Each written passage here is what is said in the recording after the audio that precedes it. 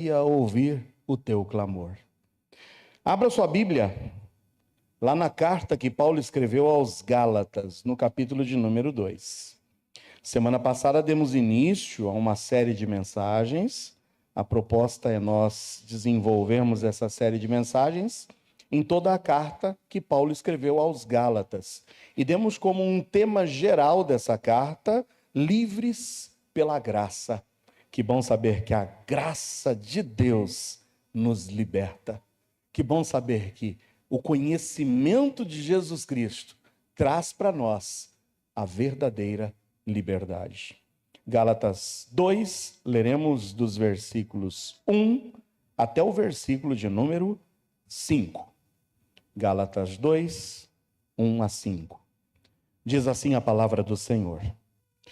Depois, passados 14 anos, subi outra vez a Jerusalém com Barnabé, levando também comigo Tito. E subi por uma revelação e lhes expus o evangelho que prego entre os gentios, e particularmente aos que estavam em estima, para que de maneira alguma não corresse ou não tivesse corrido em vão. Mas nem ainda Tito, que estava comigo, sendo grego, foi constrangido a circundar-se. E isto por causa dos falsos irmãos, que se intrometeram e secretamente entraram a espiar a nossa liberdade, que temos em Cristo Jesus, para nos porem em servidão, aos quais nem ainda por uma hora cedemos com sujeição, para que a verdade do Evangelho permanecesse entre vós. Fecha seus olhos, vamos orar uma vez mais. Pai, nos colocamos agora em tuas mãos, e a minha oração é que o Senhor me use na aplicação da tua palavra, que eu não fale de mim mesmo, mas que o teu Santo Espírito tenha plena liberdade de comunicar ao meu coração aquilo que o Senhor tem para comunicar ao coração de toda a igreja. Ao término, queremos sair daqui mais uma vez, edificados. Ó Pai, ajuda-nos e guia-nos, em nome de Jesus. Amém. Mais uma vez eu quero dar as boas-vindas a todos os visitantes. Vocês nos alegram com a sua presença, tá bom? E a porta da igreja, ou as portas, né, estarão sempre abertas para vocês. Esperamos que vocês se sintam bem, que estejam desfrutando da presença de Deus, dos louvores que foram apresentados e mais ainda agora da palavra que será exposta aos nossos corações. Por que escolhemos a carta que Paulo escreveu aos Gálatas? Na semana passada, disse para vocês e teci um pouquinho do contexto em que essa carta foi escrita, porque as razões que levaram Paulo a escrever essa carta são as mesmas razões que nos motivam hoje a podermos estudá-la. Porque Deus falou ao coração de Paulo, e através desse texto bíblico falado ao coração de Paulo, Deus hoje também fala aos nossos corações. Na semana passada vimos então as circunstâncias que motivaram Paulo a escrever essa carta. As igrejas que estavam ali plantadas nessa região chamada de Galácia, note que a primeira particularidade que eu disse é que normalmente as cartas de Paulo foram escritas a uma pessoa em particular ou a uma igreja em particular. A carta aos romanos, ou seja, aos irmãos que estavam na cidade de Roma. A carta aos efésios, aqueles que estavam em Éfeso. A carta aos filipenses, aqueles que estavam em Filipos. Só que quando vemos a carta aos Gálatas, não é uma cidade, mas há várias cidades. Era uma região chamada Galácia. E qual o problema que Paulo detectou nessa região, nas igrejas plantadas nessa região, e que fizeram com que Paulo se motivasse a escrever essa carta? Essa é uma carta corretiva, é uma carta de exortação, porque as igrejas nessa região estavam sendo contaminadas por uma heresia que estava sendo imposta. Qual heresia? As pessoas que estavam ali se infiltrando nessas igrejas estavam ensinando aos Gálatas que eles deveriam deixar a fé única e tão somente em Jesus Cristo e se apegarem aos ritualismos da fé judaica. Então estava havendo uma pressão, os gentios, e lembra que nós fizemos essa diferenciação? A carta vai falar de judeus e vai falar de gentios. Os judeus, aqueles descendentes diretamente de Isaque, da parte de Abraão. Os gentios, todos aqueles que não são judeus. E havia uma diferenciação, porque os judeus, os descendentes de Abraão por Isaque, e que viveram durante todo o Antigo Testamento, cumprindo os ritualismos, dentre os quais a circuncisão, estavam agora impondo aos crentes gentios, ou seja, aqueles que estavam ouvindo a mensagem do Evangelho e se convertendo a Jesus, que eles deveriam aderir a todos os ritualismos da fé judaica. Então Jesus Cristo não era mais suficiente. Além de Jesus Cristo, os gentios estavam sendo obrigados a circuncidarem-se, obrigados a guardarem dias de festas, obrigados a cumprirem todos os ritualismos da fé judaica. A gente consegue perceber que isso foi um pouco da pressão dos líderes religiosos, que durante muito tempo tinham em suas mãos a mediação entre Deus e os homens. Aqueles religiosos, os sacerdotes, os fariseus, eles tinham o povo em suas mãos. Eles manipulavam a religião. Nós já presenciamos quando Jesus Cristo chega em Jerusalém, sobe as escadarias do templo e vê os vendilhões por lá. Vê como a fé estava sendo vendida, como a liberdade da graça, do conhecimento em Jesus estava sendo pervertido. Então, irmãos, era uma batalha grande. Uma batalha contra os religiosos e uma batalha contra esses que estavam querendo impor ritualismos para com aqueles que estavam se convertendo a Jesus Cristo. Essa é a grande razão pela qual Paulo escreve essa carta. Mas eu te pergunto, será que hoje nós não vivemos uma situação muito parecida? Quantos movimentos religiosos, quantas igrejas que não se levantam em nossos dias onde Jesus Cristo não é suficiente?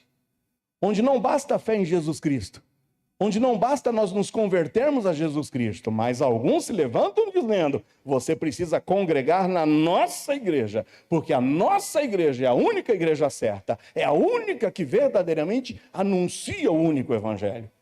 Então existem igrejas hoje que se colocam na posição de mediadores entre Deus e os homens, onde não basta Jesus, mas basta, além de Jesus, você pertencer àquele movimento religioso. Mas quantos outros movimentos religiosos não colocam a guarda de um dia específico da semana como sendo imprescindível para a salvação? Ah, Jesus não basta se você não guardar um determinado dia da semana. Mas quantos movimentos que não se levantam hoje em dia colocando muitas vezes que a fé em Jesus Cristo não é suficiente, mas o batismo é quem salva e que te trará o perdão dos pecados. Irmãos, da mesma forma que nós vimos aqui hoje a ceia como um memorial, o batismo é sim um ato de obediência a Jesus. Mas o batismo não é para a salvação, mas o batismo é porque eu já gozei da salvação. O batismo é para todo aquele que creu em Jesus Cristo. E quando nós olhamos lá para a cruz do Calvário, ao lado de Jesus estava lá um malfeitor que se arrepende dos seus pecados.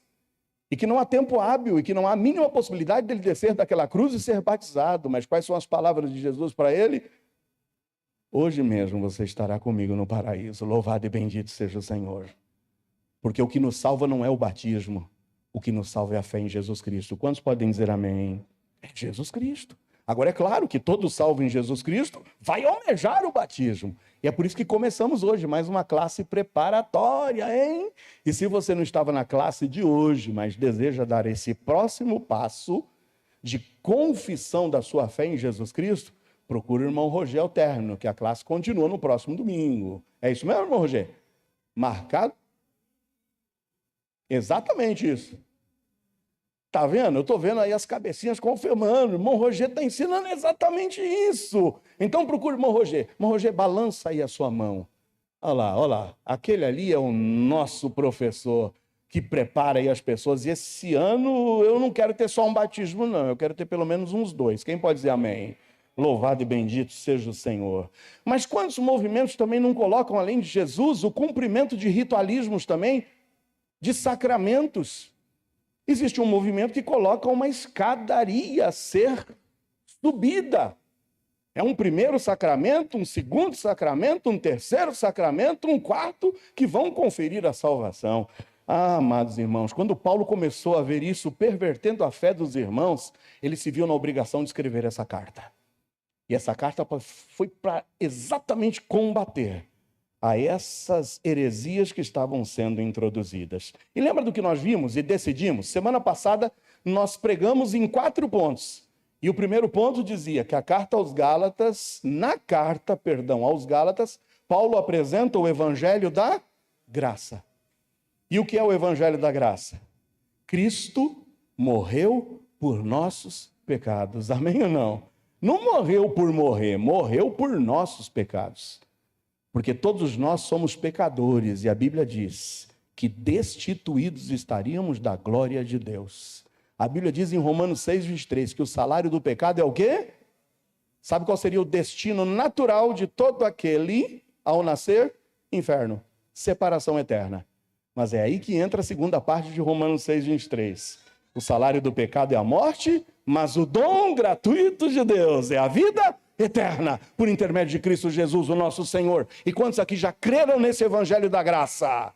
Esse é o evangelho que salva, esse é o evangelho que transforma. E Paulo impõe novamente aos Gálatas essa verdade. Então, o primeiro ponto da mensagem da semana passada foi: Paulo apresenta o evangelho da graça. E o segundo ponto eu disse: o evangelho da graça não escutei. Não muda. Os tempos mudam, as pessoas mudam. Religiões mudam, pastores mudam, igrejas mudam, mas a palavra de Deus permanece a mesma, hoje e sempre. O que salvava é o que salva e continuar salvando o homem. É a fé única e tão somente em Jesus Cristo. Por isso que Paulo, no capítulo 1 de Gálatas, no versículo 6 e 7, disse, com espanto: maravilho-me de que tão depressa passasseis daquele que vos chamou à graça de Cristo para outro evangelho. E aí Paulo faz uma correção imediata.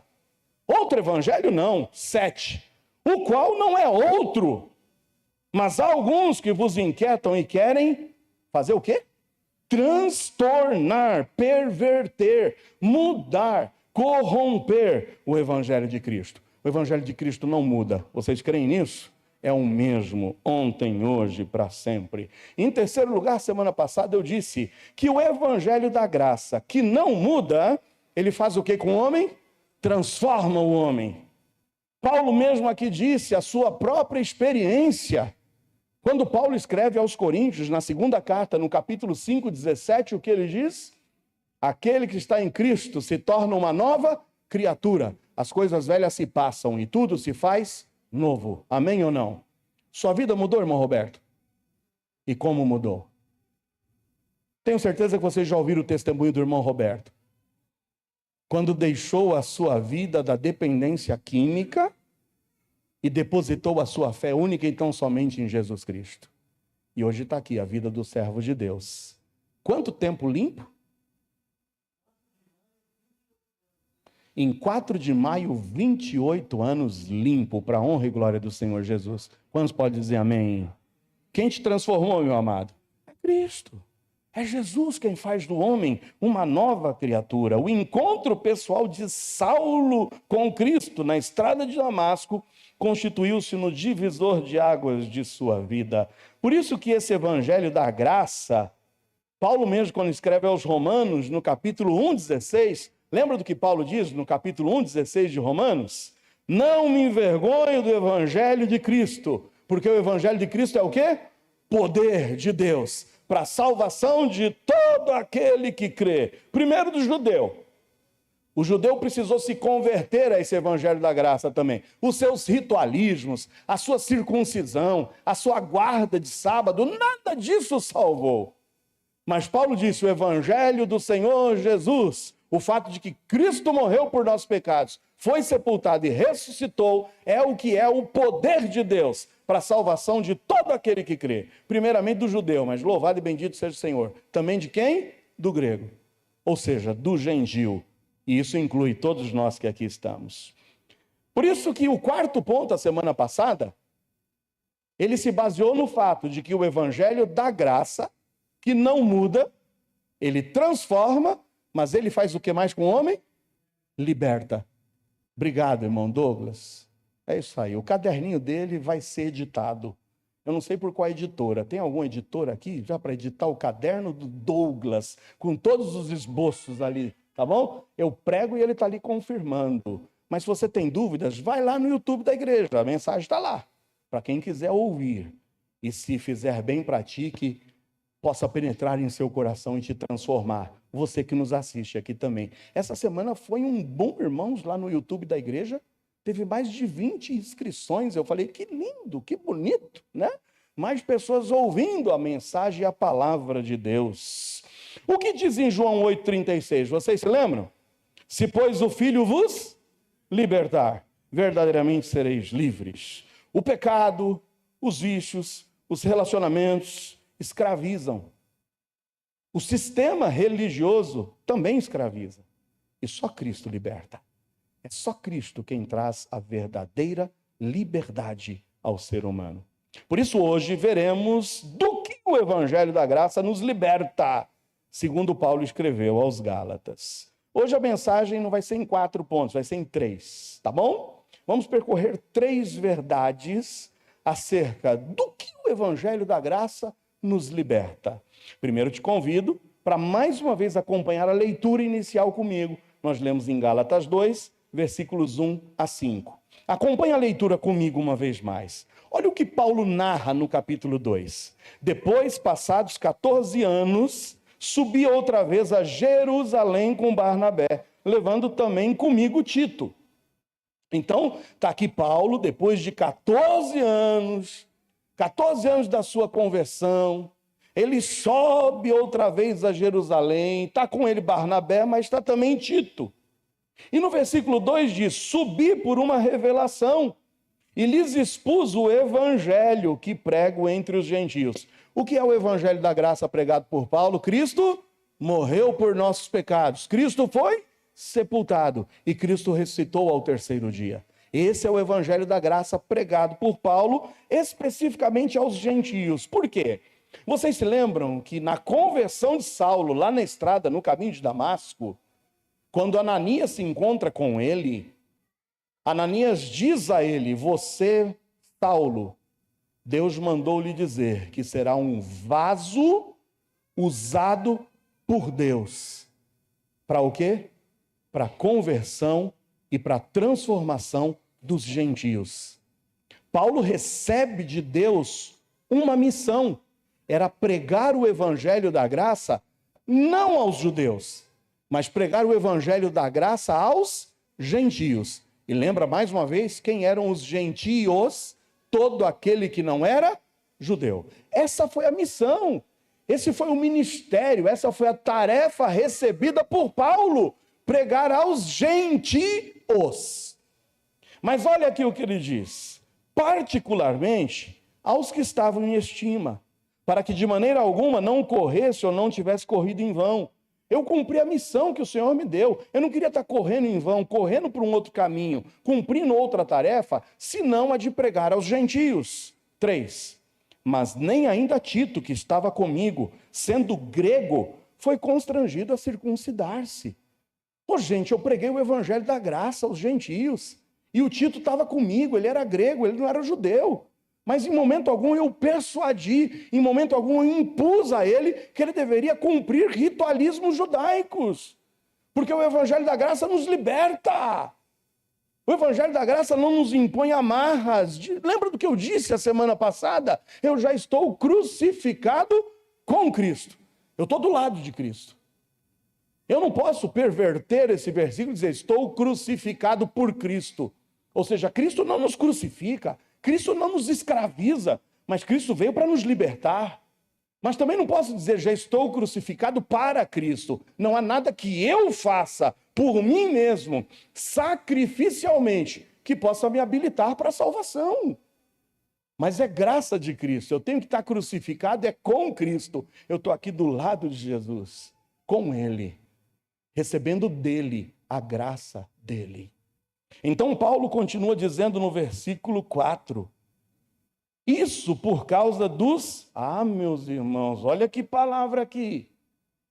Isso por causa dos falsos o quê?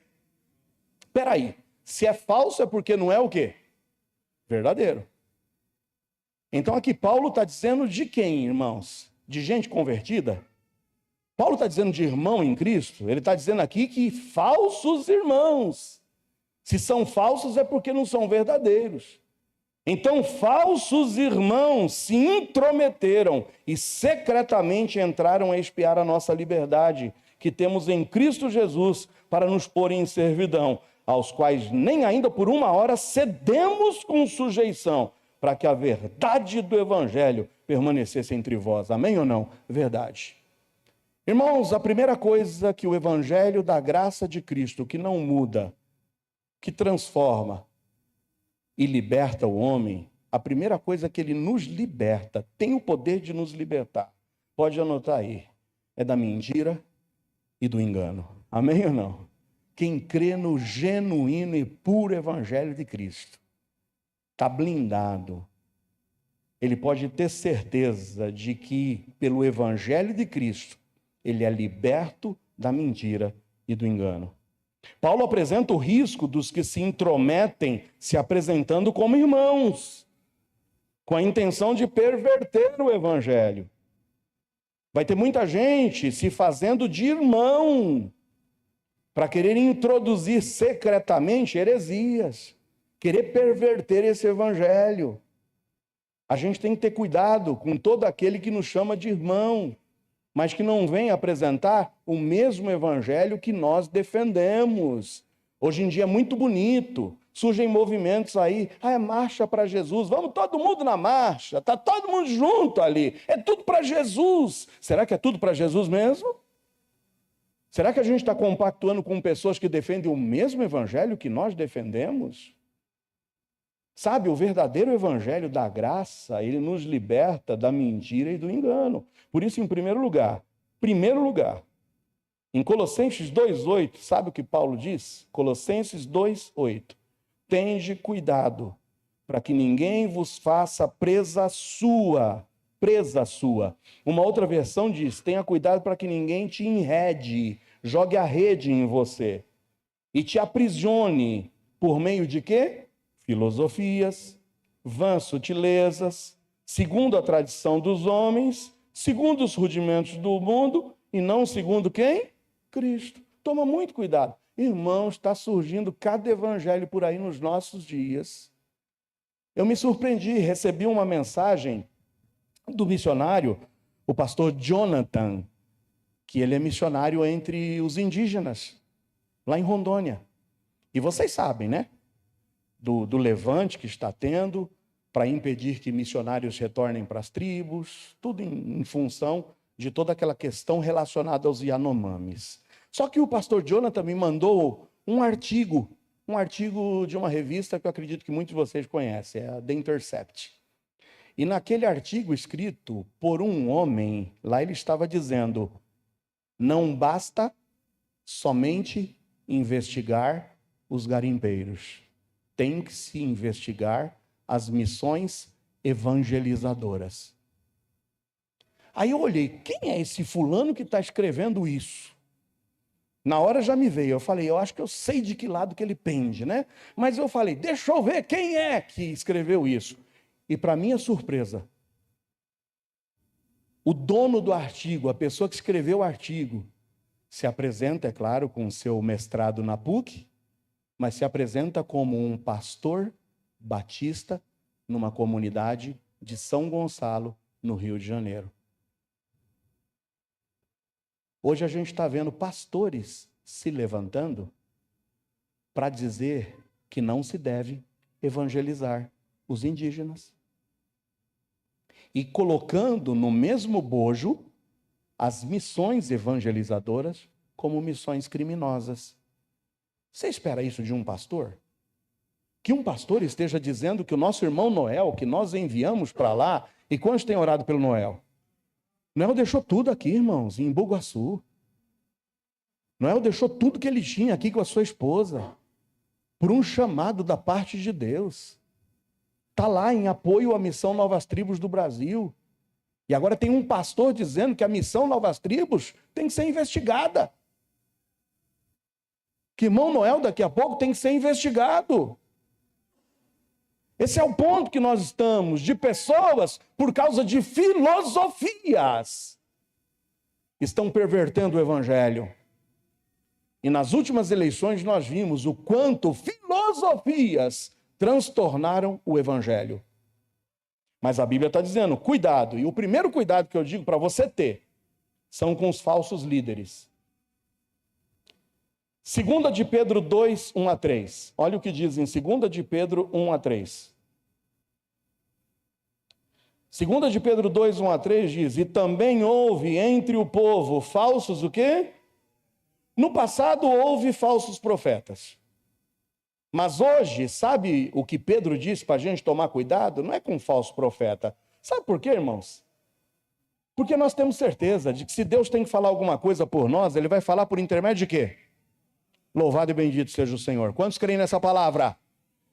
Eu não estou esperando que nenhum profeta venha me dizer o que eu tenho que fazer. Porque Deus já me disse tudo que eu tenho que fazer nessa palavra. Amém ou não?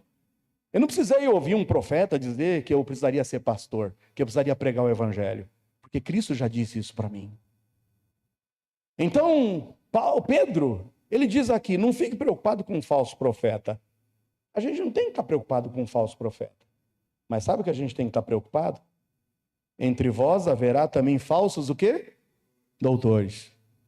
É isso que vai aparecer. É gente com mestrado, é gente com doutorado, é PhD, é doutor nisso, é doutor naquilo, e se apresentando como um líder espiritual e religioso. E isso impacta. As pessoas, quando vem alguém com a carteira, né? Já ouviram isso? Carteirada? Não, o fulano é estudioso. Olha lá, é um doutor. A Bíblia diz que é com esses doutores que a gente tem que ter cuidado. Falsos doutores que introduzirão encobertamente o quê? Heresias de perdição e negarão o Senhor que os resgatou, trazendo sobre si mesmos repentina perdição. E é triste ver o que diz o versículo 2, que poucos, não é isso? Muitos seguirão as suas dissoluções, pelos quais será blasfemado o caminho da verdade, e por avareza, hein? O que é avareza? Amor ao quê? Dinheiro. Farão de vós negócio com palavras fingidas, sobre os quais já de largo tempo não será tardia a sentença e a sua perdição não dormita. Então eu reforço aqui. Sabe por que eu prego o verdadeiro evangelho aqui do púlpito dessa igreja? Não é por avareza. Eu prego o verdadeiro evangelho do púlpito dessa igreja a vocês, e eu espero que vocês abracem esse puro e genuíno evangelho. Porque esse evangelho é que é poder de Deus para a salvação de todo aquele que crê. Amém ou não? É para a salvação de todo aquele que crê. Cuidado com os falsos mestres. Mas em segundo lugar, cuidado com os falsos irmãos. Paulo aqui aos Gálatas disse, olha, alguns falsos irmãos se intrometeram. Se meteram aqui entre nós, estão procurando perverter o evangelho. Cuidado com os falsos irmãos. Quer ouvir a palavra de mais um apóstolo? Veja o que João diz na segunda carta de João. Segunda carta de João, lá no finalzinho da Bíblia, tá? Não é o evangelho, é a segunda carta. Tem a primeira, a segunda e a terceira, lá antes de Judas, antes de Apocalipse. Na segunda de João, que só tem um capítulo, nós vamos ler os versículos 9 e 10. Olha o que diz na segunda de João, versículos 9 e 10. Todo aquele que prevarica, em outra versão diz, todo aquele que se desvia e não persevera na doutrina de Cristo, não tem a Deus. Porque quem persevera na doutrina de Cristo, esse tem tanto ao Pai como ao Filho. Amém ou não? Nós não estamos dizendo que você persevera para ser salvo, mas sabe o que a Bíblia inteira admite e nos motiva? A saber que o salvo perseverará. Amém ou não? Eu não persevero para ser salvo, mas eu persevero porque eu sou salvo. E nós temos que perseverar nessa doutrina de Cristo. Porque se a gente prevarica, ou seja, se a gente se desvia, se a gente anuncia um outro evangelho, é sinal que a gente nunca teve a esse Deus, e nem tampouco a esse Jesus Cristo. E no versículo 10 diz, se alguém vem ter convosco Uma outra versão diz: se alguém vem se reunir na sua casa e não traz essa doutrina, o que a gente tem que fazer? Não ouvir. Não recebais em sua casa. Olha o grande perigo, irmãos. Tem gente batendo na sua porta. Sábado de manhã. Gostaria de ter um estudo bíblico? Vai ter gente batendo na porta da tua casa. Vai ter deixando um convitezinho. Eu vou deixar, vou preparar um café aqui. Vai ter menino bonito de camisa branca com plaquinha no bolso, querendo trazer um outro evangelho, vai te oferecer um livro para querer entrar na sua casa. O que a Bíblia está dizendo? Que se alguém vem ter convosco e não traz a mesma doutrina, você tem que fazer o quê? Servir cafezinho? E ouvir a baboseira que ele tem para te dizer? Não, cuidado. Cuidado com os falsos irmãos. É assim que muitas vezes começa a ser, dissolvida uma igreja. Quando a gente começa a se sentir impactado por algumas mensagens, em ter reuniãozinha com aqueles que a gente fala, não, é irmãozinho em Cristo também, traz para cá. Começa um estudozinho de cá, de lá, a fé vai sendo pervertida. E daqui a pouco a gente está negando o evangelho que nos salvou. Mas que bom que o evangelho da graça, que não muda, ele não somente transforma, mas ele liberta o homem, amém ou não? E liberta do engano e da mentira. Fica firme. Fica firme. Esse é o evangelho da graça de Deus. E nós temos que lutar pela verdade do evangelho. Porque no versículo 5 de Gálatas 2, eu repito mais uma vez, hein? Foi o versículo que nós lemos no início, li em um determinado momento já dessa mensagem, e repito pela terceira vez, Gálatas 2:5, aos quais nem ainda por uma hora cedemos com sujeição. Para quê? Para que a verdade do evangelho permanecesse entre vós. Lute pela verdade do evangelho, amém ou não? Pregue o verdadeiro evangelho, defenda o verdadeiro evangelho, porque é esse verdadeiro evangelho que não muda, que transforma e liberta o homem. Quem pode dizer amém? Graças a Deus que o evangelho da graça liberta o homem do engano e da mentira. Mas em segundo lugar, o evangelho da graça liberta o homem do engano e da mentira, mas também liberta o homem da soberba. Sabe, irmãos, olha o que diz lá em Gálatas 2 ainda, a partir do versículo 6, 7, 8 e 9. Vai comigo agora para Gálatas 2, 6 a 9. Olha o que diz em Gálatas 2, 6 a 9. E quanto àqueles que pareciam ser alguma coisa, quais tenham sido no outro tempo, não se me dá. Se for alguma coisa no passado, eu não sei. É isso que Paulo está dizendo. Mas Deus não aceita a aparência do homem. Se eles acham que pela sua aparência, por aquilo que eles eram alguma coisa, mau caminho, hein? Esses, digo, que pareciam ser alguma coisa, nada me comunicaram. Tinham alguns desses que estavam se intrometendo no nosso meio que se achavam, hein? E como se achavam? Doutores, se achavam de fato conhecedores, não me procuraram, em momento algum. Antes, pelo contrário, quando viram que o evangelho da incircuncisão me estava confiado, como a Pedro o da circuncisão, deixa eu dar um intervalo aqui para você entender o que Paulo está dizendo nesse versículo 7. Paulo está reconhecendo, a mim me foi confiado o evangelho da incircuncisão. Não é um evangelho diferente do evangelho da circuncisão. O que Paulo está dizendo é que a mim me foi confiado pregar aos gentios, aos incircuncisos. Eu recebi esse ministério especial de Deus. Paulo vai ser missionário entre os gentios.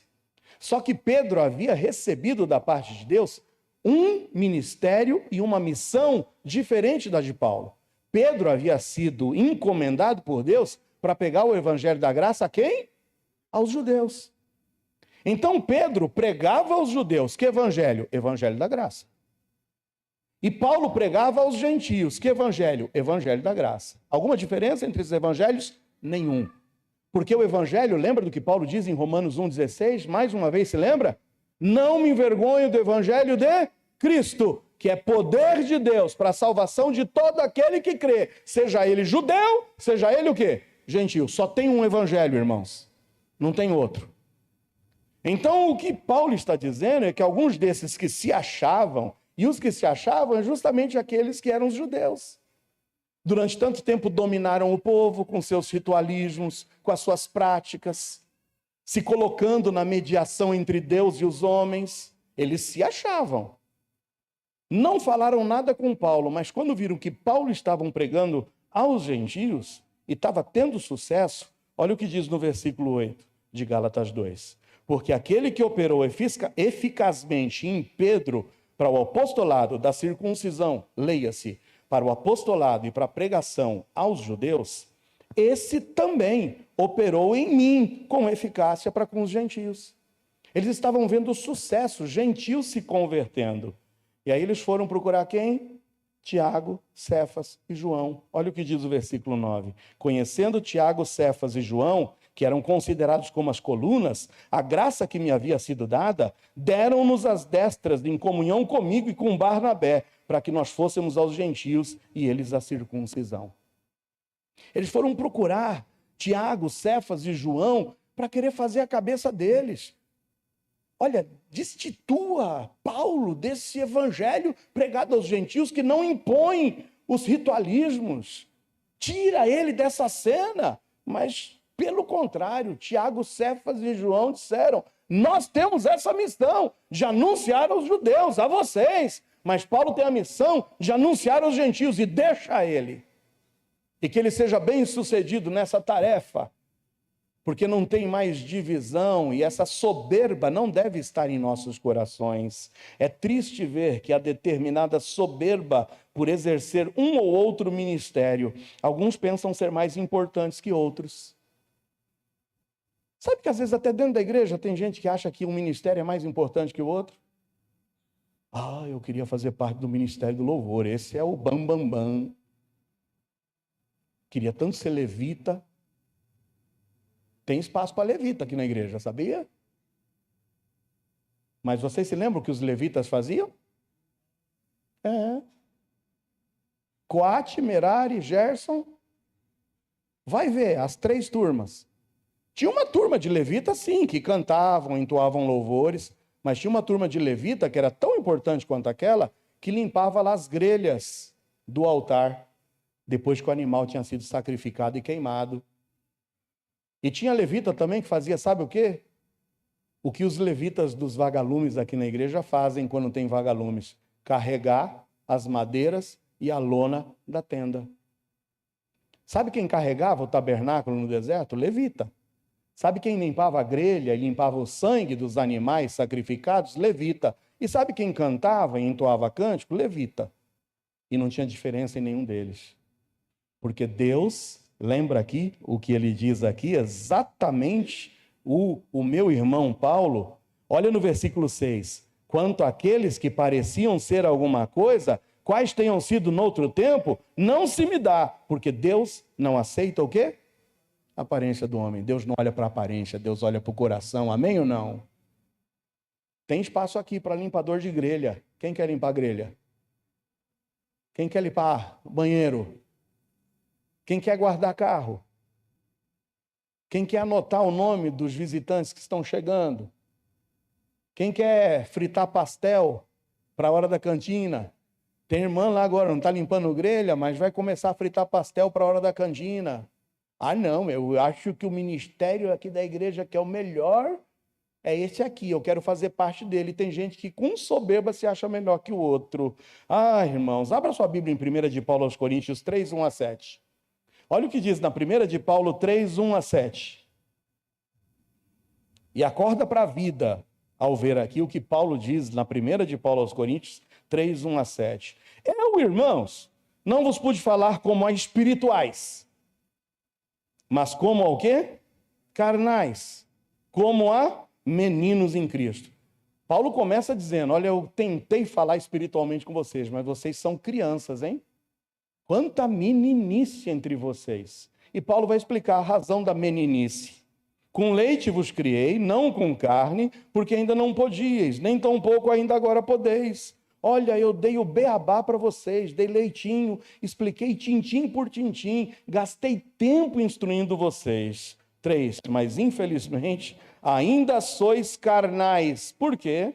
Pois havendo entre vós inveja, contendas e dissensões, não sois porventura carnais e não andais segundo os homens? 4, porque dizendo um, eu sou de Paulo, outro eu de Apolo, porventura não sois carnais? Ah, eu sou do Joel, eu sou do Zaqueu, não, eu sou do Roger, eu sou do Lupércio, eu sou do Daniel, não, eu sou do Douglas. Eu estou com ele, eu quero estar com eles. Quando a gente começa a fazer divisão e achar que uns são mais importantes que outros, nem esse que vos fala na posição de liderança e de pastor da igreja, sou melhor que vocês. Deus me revestiu dessa autoridade para liderar, para olhar, para observar, para tentar aqui, guiado por Deus, os conduzir. Mas eu não tenho nada de melhor que vocês diante de Deus. Somos todos iguais, amém ou não? Louvado e bendito seja o Senhor. E é isso que ele diz. Quando vocês estão fazendo divisão, no versículo 6, deveriam saber que eu plantei, Apolo regou, mas quem é que dá o crescimento? Deus.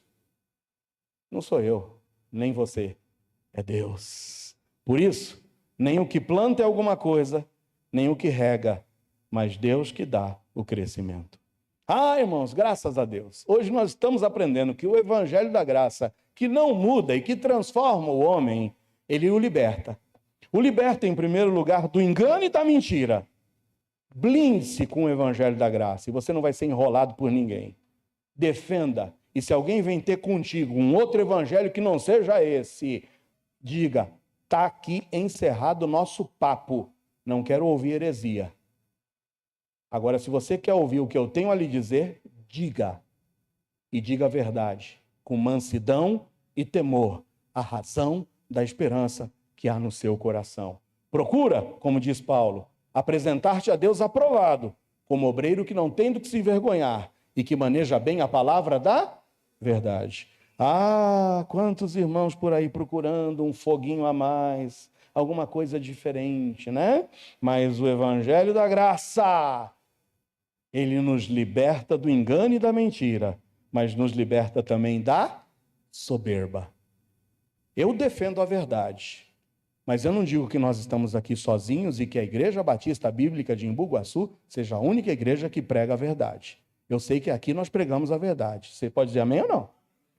Mas eu não vou dar um papinho furado de Elias. Ai, só sobrei eu. Estou sozinho. E aí o Senhor vai dizer, levanta, Elias. Você não está sozinho, não. Tem outros tantos que ainda não se curvaram. E louvado e bendito seja o Senhor. Porque tem muita igreja pregando a verdade nesse exato momento. Mas se eu pudesse te dizer, eu te diria. Igual a IBEG? Uau! A IBEG é o melhor lugar para a gente congregar. Quem pode dizer amém? E você que nos visita, eu te digo, fica um pouquinho mais com a gente e você vai descobrir o quanto essa igreja trabalha e batalha pelo verdadeiro evangelho de Cristo. Em terceiro e último lugar, o evangelho da graça, que não muda e que transforma o ser humano, liberta o homem do engano, da mentira, liberta também o homem da soberba. Vamos nós abaixar um pouquinho também o nosso nariz e saber que é dele, por ele e para ele que são todas as coisas. Amém ou não? Por isso, glória a quem? A ele, eternamente. Amém. Esse evangelho que liberta o homem do engano, da mentira e da soberba, é também o evangelho que liberta o homem da hipocrisia. Eita, agora é o último ponto e nós vamos para o final, hein? Para você poder comer pastel no final. Veja o que diz em Gálatas 2, de 11 a 14. Gálatas 2, 11 a 14. E chegando Pedro a Antioquia, lhe resisti na cara porque era repreensível. Uau, o que aconteceu? Paulo está dizendo que o Pedrão, lembra? O Pedrão é o que recebeu o ministério e a tarefa de pregar aos judeus. Que evangelho? O evangelho da graça. E Paulo recebeu a incumbência de apresentar o mesmo evangelho da graça a quem? Aos gentios. Aí o que acontece? O Paulo se encontra com Pedro. E ele diz, eu resisti o Pedro na cara. Sabe por quê? Porque o Pedro era repreensível. O que fez o Pedro para ser repreendido pelo Paulo? 12. Antes que alguns tivessem chegado da parte de Tiago, lembra? O Tiago estava junto com o Pedro, batalhando pelo evangelho, sendo pregado entre os judeus. Então o Pedrão, enquanto não chegou ninguém da parte do Tiago, estava de um jeito. Agora, quando chegou o pessoal da parte de Tiago, ele comia com os gentios, mas depois que chegaram, se foi retirando e se apartou deles, temendo os que eram da circuncisão. O Pedro estava sentado comendo com os gentios, que pelo evangelho da graça eram o quê do Pedro? Irmãos em Cristo. O evangelho nos une, irmãos.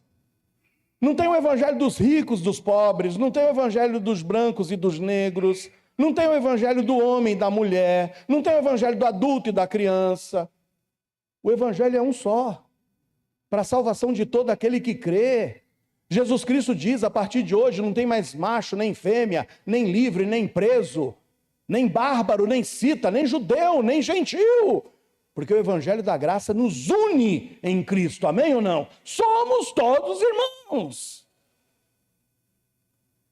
Agora o Pedrão, que estava comendo com os gentios, quando vê, ei, está chegando o pessoal da parte de Tiago, hein? Aí ele chega de fininho, deixa o pessoal e se manda. E aí o que diz? Os outros judeus também dissimulavam com ele. Ai, dissimulavam, guarda essa palavra, dissimular. De maneira que até Barnabé se deixou levar pela sua dissimulação. Quem era o Barnabé, vocês se lembram? Companheiro de quem, irmãos? De Paulo. Barnabé tinha no coração, tanto quanto Paulo, ganhar os gentios para Cristo. Mas até o Barnabé começou a dissimular. 14. Mas quando vi que não andavam bem e direitamente, conforme a verdade do evangelho, disse a Pedro na presença de todos, se tu sendo judeu vives como os gentios e não como judeu, porque obrigas os gentios a viverem como judeus? Para de ser cínico, para de ser hipócrita, para de ser fingido. Ah, enquanto não tem ninguém, oh, meus irmãos queridos, depois se afasta. Ah, meus amados, Paulo repreende a dissimulação. Você sabe o que é dissimulação? O dicionário apresenta dissimulação como ocultação por um indivíduo de suas verdadeiras intenções. Dissimulação é hipocrisia, dissimulação é fingimento. O nordestino vai saber do que eu vou te falar agora, é dar uma de sonso. O sonso é aquele, ele faz. Mas quando você pressiona, ele, não fui eu não. Eu não. Finge que não é com ele o papo. Irmãos, Provérbios 20, 10. Anota isso. Provérbios 20, 10 diz, 2 pesos diferentes e 2 espécies de medida são abominação ao Senhor, tanto um como outro. Tem gente que é uma coisa quando está na frente dos irmãos, que espiritual. Oh, louvado seja Deus. Ai, canta esse hino de novo, pastor. Ai, que lindo, meu Deus. Posso clamar. Se deixar um pouquinho mais, olha, ele entra em êxtase. Agora sai por aquele portão, aí está no meio dos outros, vivendo como o mundo. Sabe de uma coisa? O cristão tem que ser cristão onde quer que ele esteja. Quem pode dizer amém ou não? Não tem vida social e vida espiritual. A vida do crente é uma só. Lembram-se daquela ilustração? Morreu o pastor Joel. Aí o pastor Joel tinha um sonho em ser velado aqui na igreja. em cima dessa mesa de ceia aqui. Aí botaram o caixão do pastor Joel aqui. O pastor Joel está aqui, a igreja está cheia, lotada. Aí o irmão Lupércio, que é o vice-presidente da igreja, estava dirigindo o culto fúnebre. Aí o irmão Lupércio chega e começa, né? Oh, meus amados irmãos, estamos aqui hoje, santo homem de Deus, o pastor Joel. Nunca vimos um pregador, nunca tivemos um pastor aqui na Igreja Batista Bíblica de Embu-Guaçu igual a ele. Ele é o maior pastor que já pastoreou a Igreja Batista Bíblica de Embu-Guaçu. Porque é o único, né, até agora. Isso, mas tudo bem. Por isso ele é o melhor. Aí o irmão Zaqueu não se contém. O irmão Zaqueu chega de lá também, o outro diácono, e fala, eu quero ter uma palavra também. Ele é mais do que um santo. É um homem tremendo, no abrir e fechar da boca. Ele começa a contar as experiências vividas comigo, das palavras de sabedoria, como eu era, sabe, uma pessoa abençoada no trato com as outras pessoas. O irmão Roger, para não ficar por pouco, ele chega e vem aqui também e fala, eu quero ter uma palavra. Eu nunca vi um homem, um marido, um esposo como o pastor Joel, que zelava pela esposa, cuidava dela como ninguém. A irmã Cida era a mulher mais feliz do mundo por ser casada com o pastor Joel. Aí o Paulinho não se aguenta. O Paulinho estava lá na mídia. O Paulinho sai de lá e vem para cá. Não, mas... Olha, eu fui líder dos jovens aqui na igreja. Eu vejo o quanto a filha dele, a Tainá, falava bem do pai. Não tem pai melhor do que o pastor Joel. Só que nesse momento, depois da palavra de todos os diáconos, e tinha fila já aqui de irmãos querendo falar. Todo mundo queria tomar um microfone para elogiar o pastor que estava aqui, no caixão. No mesmo momento está lá a irmã Cida. E, por sinal, a minha filha está do lado dela. A irmã Cida chega e dá uma cutucada na Tainá, minha filha, e diz, Tainá, por favor, vai ver se é teu pai que está naquele caixão mesmo. Vai ver se é teu pai, porque o que estão dizendo dele não é verdade. Porque Cida convive comigo. Minha filha sabe quem eu sou. Sabe a coisa que Deus mais abomina? Hipocrisia. Quando eu estou aqui na igreja, eu sou santo. Quando eu saio de férias, eu tiro a roupa de santo. E eu visto outra máscara. Ou a gente serve a um Deus aqui, e esse Deus seja o mesmo Deus de lá, ou vai ter Paulo repreendendo a gente na cara, dizendo, você está sendo fingido. E a pior coisa é quando a gente é repreendido pelo próprio mundo. Concluo, não tem mais nada para dizer. Concluo dizendo que o grande objetivo dessa carta escrita por Paulo aos Gálatas foi combater, irmãos, um retrocesso em querer deixar de lado a graça do Evangelho Salvador de Jesus e querer impor ritualismos. Não toques, guarde esse dia, circuncide-se, faça isso e faça mais aquilo outro. Deus não está interessado na casca, mas Deus quer ver o coração. Porque o que vai sair por essa boca é do que o coração está cheio. E se estiver cheio da graça de Deus, o que vai sair daqui é bênção. Amém ou não? É por isso que o verdadeiro evangelho da graça não muda. E esse verdadeiro evangelho da graça que não muda, ele transforma o ser humano e pode transformar a tua vida hoje. Se você se entregar a esse evangelho. Não é o pastor Joel, não é essa igreja, mas é a Jesus Cristo. E se você se entregar a esse Jesus Cristo, não somente ele vai transformar a sua vida, mas ele vai te libertar. Sabe de quê? Em primeiro lugar, da mentira e do engano.